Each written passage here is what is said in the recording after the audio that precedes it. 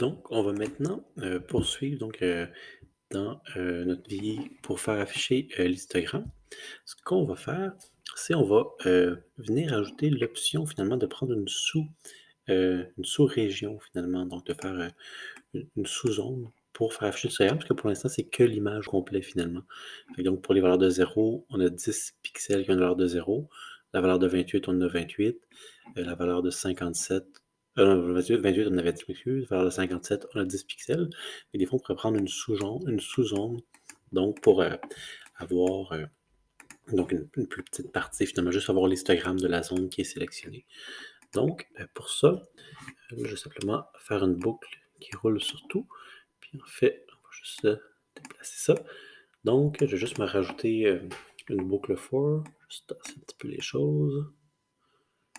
Parfait, donc je vais mettre une boucle while qui va tout simplement donc être par-dessus la partie qui crée l'histogramme et qui affiche le graphe. Donc, on va avoir une boucle ici. Je peux faire arranger le câblage là-dessus. Puis parfait. Puis de toute façon, cette image-là, je peux juste attendre à la toute fin. Puis en fait, j'aurai plusieurs images. Je vais créer l'image tantôt pour un masque. Je vais tout de suite créer une constante pour qu'on efface l'espace mémoire de toutes les images, donc quand on se rend à la toute fin de notre vie. Donc, première chose ici pour l'histogramme, on remarque, lui, cette fonction-là, il faut envoyer un masque. Un masque, c'est une image binaire, donc les parties qu'on ne veut pas analyser, c'est 0, et les parties qu'on va analyser, c'est 1. Donc là, il faut être capable de créer notre masque, et il existe des fonctions donc, qui permettent de créer un masque à partir d'une région d'intérêt. Fait qu'on va prendre donc notre propriété explicite de notre indicateur image. L'indicateur image est ici. Là, si je le clique ici, c'est mon indicateur image. Donc, je vais me faire un clic droit, créer notre propriété ici. Donc, je peux aller chercher ROI qui va me sortir donc le cluster donc avec toute l'information pour la région d'intérêt. Donc, beaucoup d'informations donc, qui définit cette région d'intérêt-là. Pour l'instant, c'est un rectangle, mais ça aurait pu être un ovale si on veut la région d'intérêt. On peut vraiment avoir tous les types de régions d'intérêt qu'on veut. Pour l'instant, on va juste mettre un rectangle, ça va être plus simple. Ensuite, il existe des fonctions donc pour partir d'une région d'intérêt pour créer un masque. On va juste chercher directement ici. Si on tape juste ROI, on va voir toutes les fonctions qui contiennent ROI. Puis on voit, je pense, ROI to mask, get overlay. Je pense qu'il y a un ROI to mask. Exactement. Donc, ROI to mask, on va aller rechercher cette fonction-là. Elle est où? Et donc, dans Region of Interest, c'est juste ici qu'on va remonter pour voir c'est où.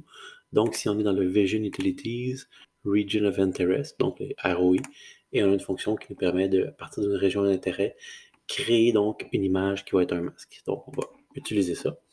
Donc, et ici en entrée, si on voit l'aide contextuelle, on voit bien donc ce qu'on doit avoir dans cette image-là. Donc ici, ça nous prend donc l'espace mémoire pour l'image qu'on va devoir créer et le ROI descriptor, donc notre cluster qui décrit la région d'intérêt qu'on peut lui envoyer directement, donc ROI, comme ça. Et donc le ROI va simplement prendre la région d'intérêt qui est ici et elle est bien décrite dans un cluster. On va l'envoyer à cette fonction-là. Elle va nous sortir donc une image, donc on va avoir un masque qui va être créé à partir de notre ROI et on va venir donc le mettre. Tant qu'à être, on va tout de suite créer donc un indicateur pour le masque. Fait que je vais mettre CTRL enfoncé. En faisant un clic gauche, je peux juste glisser ici. Donc j'ai un autre indicateur image que je vais appeler masque. Et cet indicateur image-là m'apparaît. Je vais double-cliquer pour le retrouver. Est-ce qu'il est apparu? Ah, juste ici. Donc masque. Et je vais l'envoyer là. Donc on va pouvoir afficher notre masque. On va voir de quoi notre masque a l'air. Et ensuite, ce qui nous manque, donc, c'est l'espace mémoire pour l'image. Fait que je vais tout simplement me copier ça ici. L'espace mémoire pour le masque. Je vais appeler ça masque directement. Et je vais envoyer ici, donc, entrée. Et là, je pourrais aussi avoir mes erreurs qui dédoublent, mais c'est pas très très grave là, de ne pas faire entrer le fil d'erreur pour l'instant. Bon, je pourrais le faire, donc je vais dédoubler mes erreurs ici. Et je vais simplement donc venir fusionner mes erreurs de l'autre côté. Instant dialogue, fusionner les erreurs. Puis c'est pas très très grave. Techniquement, cette fonction-là se fait avant, donc là, c'est la fonction qui fait le, comment dire, l'histogramme. Mais c'est pas très, très grave que je les commence en parallèle, là. De toute façon, l'ordre est quand même bien respecté, là. En fait, je pourrais juste simplement sortir l'erreur d'ici, la rentrer là et sortir ça ici. J'aurais plus besoin de justement ça. Là, c'est un petit peu le bordel, je m'en excuse, mais d'abord, on crée le masque et ensuite, on vient calculer l'histogramme, là. Je devrais probablement plus mettre ça donc de façon linéaire, ce code-là, là. On va être plus classique. Je mets ça comme ça. Si je remonte ça ici comme ça, là, baisser mon masque. Je vais essayer de tout mettre ces fonctions-là, je les montre un petit peu. Et là, on va arranger le câblage pour que ce soit plus beau. Donc, arranger le câblage. Ça va être pas tant que ça finalement. Arranger le câblage. Et ici, arranger le câblage. Bon, je pense que ça fonctionne quand même pas si pire. C'est peut-être lui ici qui ne veut pas s'arranger. Petit instant, je vais juste réeffacer certaines fonctions. Certains câbles, ça va être plus simple. Comme ça. Bon, parfait. Donc, je peux tasser le ROI ici.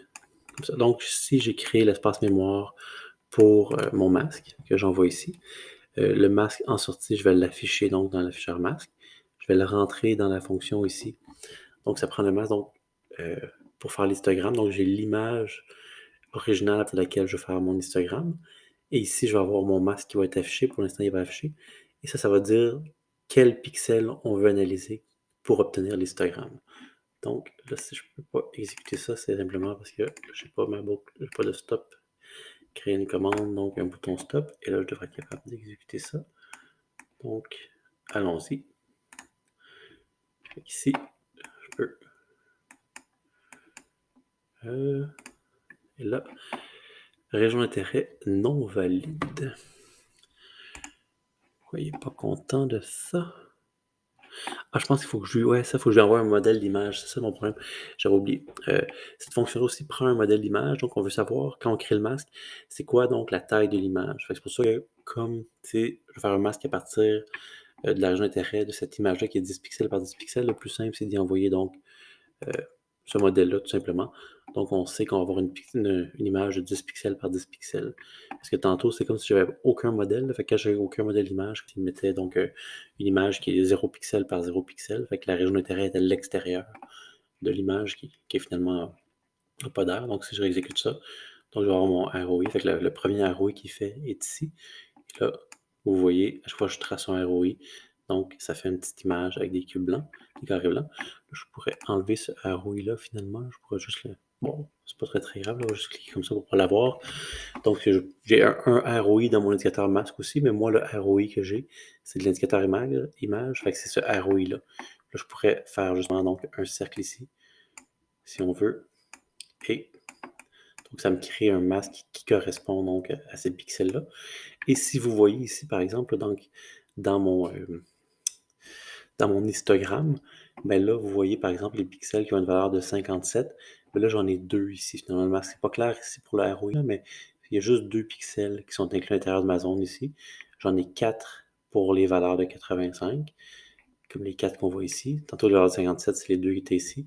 J'ai 4 autres pixels, on les voit mieux ici sur le masque, pour les valeurs donc de 113. Et j'ai 2 pixels pour les valeurs de 142. Je vais faire un plus beau cercle. Donc, je vais le déplacer, ça va être plus intéressant. Là, on voit vraiment qu'on peut sélectionner juste des zones finalement. Fait que je vais sélectionner seulement pixels, seulement certains pixels finalement. Donc ici, par exemple, les valeurs de 28, j'ai 4 pixels seulement qui sont dans ma région d'intérêt. Et ici, pour les valeurs donc de 85, j'en ai 8, et ainsi de suite. Là, il y a un petit problème avec le code de la façon qu'il est fait. C'est que on passe toujours dans la boucle. Il ne se passe rien, là, mais à la boucle, finalement, je pourrais la ralentir en mettant un intervalle de temps, dire, ben, on ne fait pas ça à chaque wattage. On pourrait ralentir donc notre boucle en mettant un intervalle de temps de 50 millisecondes. En fait, nous, ce qu'on veut, c'est, on veut juste qu'il fasse ce qui est dans cette boucle-là quand on trace un nouveau ROI. En fait, on veut que ça se passe à la première exécution.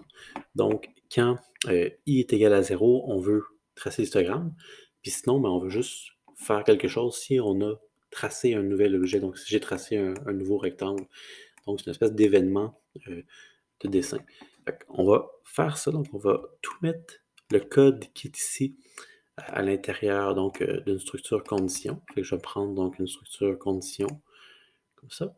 et on va seulement faire le code sous certaines conditions. Puis je peux avoir le bouton stop dans ma structure condition. Parfait. Donc, je vais mettre de l'espace ici. Je m'excuse, c'est peut-être pas l'idéal, là, mais on va faire ça comme ça. Donc, on va passer donc ce câble-là d'erreur. Puis le reste, c'est pas grave si on le passe pas, parce que c'est juste les références à l'image. Là. Fait que les références ne changeront pas. Fait qu'on n'a pas besoin de les passer dans un registre de décalage pour l'instant. Donc, il y a deux choses. On veut, je vais mettre un ou booléen. Donc, si i est égal à 0, donc première exécution de ma boucle, je veux faire ça, donc je vais l'afficher une première fois. Donc, on va mettre si c'est égal à 0, donc si ça c'est égal à 0, on veut exécuter le code qui est ici. Et il y a un deuxième événement une deuxième chose qu'on veut exécuter le code, c'est si j'ai tracé mon ROI. Fait que là, si je vais dans le ROI, c'est dans l'indicateur image. Donc, je vais aller voir mon indicateur image qui est ici, qui correspond à lui. Je vais faire clic droit. Il y a ce qu'on appelle donc des nœuds de méthode. Quand on a vu les nœuds de propriété, on a un nœud de méthode.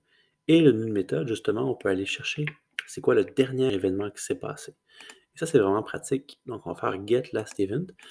Donc, on peut aller chercher les événements qui sont passés et les types d'événements. Donc, de quel type d'événement on veut observer? Donc, on veut observer les événements. On va créer une constante. Le type d'événement qu'on veut voir, c'est les draw events. Donc, si un événement qui est de dessin. S'il n'y a pas d'événement de dessin, le type d'événement qui va nous dire sortir, c'est aucun événement, il va sortir un 0. Et si j'ai un événement, ben, il va me sortir autre chose que 0. Fait que le type, tout simplement, je pourrais juste mettre une comparaison numérique, dire que c'est pas égal à 0. Parce que si c'est égal à 0, ça correspond à aucun événement. Puis si c'est pas égal à 0, ben, ça peut être n'importe quel type d'événement, donc un draw event, on a cliqué, tout ça. Mais les seuls événements qu'on va pouvoir observer, c'est les draw events, parce que c'est ceux-là qu'on a sélectionnés. Donc, je sais que si c'est égal à 0, donc il n'y a aucun événement. Et si c'est pas égal à 0, donc il y a un événement. Donc, quand c'est égal à 0, ici, j'ai mis un OU. Ouais. Donc, quand c'est égal à 0, ça va me sortir donc un faux. Puis quand c'est pas égal à 0, donc, ben, ça va me sortir un vrai. Donc, dès que j'ai un vrai ici, je vais exécuter le code qui est ici. Et on peut aller tester ça tout de suite, finalement. Puis on pourrait se mettre, une sonde après pour le voir. Là.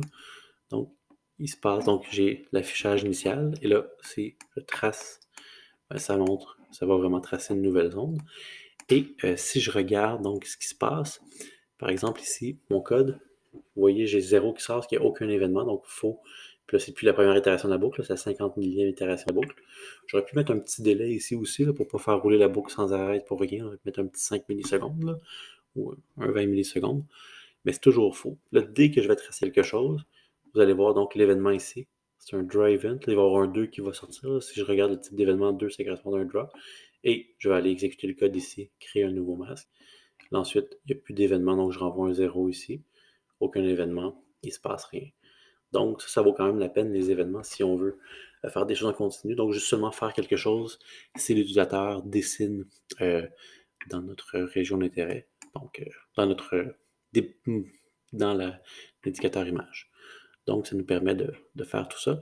Donc, ce que vous avez ici, ça va vous servir pour le laboratoire 2. En fin de compte, quand on va calculer l'histogramme à partir d'une image, donc prise au microscope d'une structure, pas d'une structure d'aluminium, mais d'une surface d'aluminium. Fait que c'est pas mal tout donc pour les histogrammes. Merci.